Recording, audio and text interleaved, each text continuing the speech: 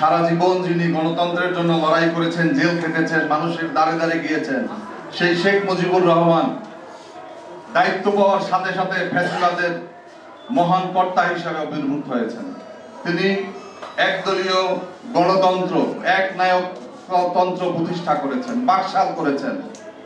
সেই নতুন বাংলাদেশে সর্বপ্রথম যিনি সংস্কারের হাত দিয়েছিলেন, যিনি এদেশের মানুষকে রাজনৈতিক অধিকার ফিরিয়ে দিয়েছিলেন, গণতন্ত্রের অধিকার, সংবাদপত্রের স্বাধীনতা, শহীদ রাষ্ট্রপতি জিয়াউর রহমান সেই বহুদলীয় গণতন্ত্রের হাত তিনি শুরু করেছিলেন। তিনি যার কারণে আজকে নতুন নতুন রাজনৈতিক দল আমরা যারা করছি, আমরা এটা শহীদ রাষ্ট্রপতি জিয়াউর রহমানের অবদান।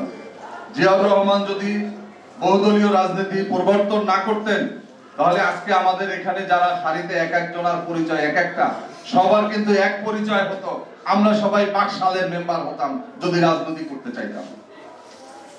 আমি একটা কথা পরিষ্কার, আমরা কেউ স্থানীয় সরকার নির্বাচন আগে চাই, কেউ জাতীয় নির্বাচন আগে চাই। দেশ জুড়ে তোলপাড় ওয়ালটন ফ্রিজ কিনে আপনিও হয়ে যেতে পারেন মিলেনিয়ার।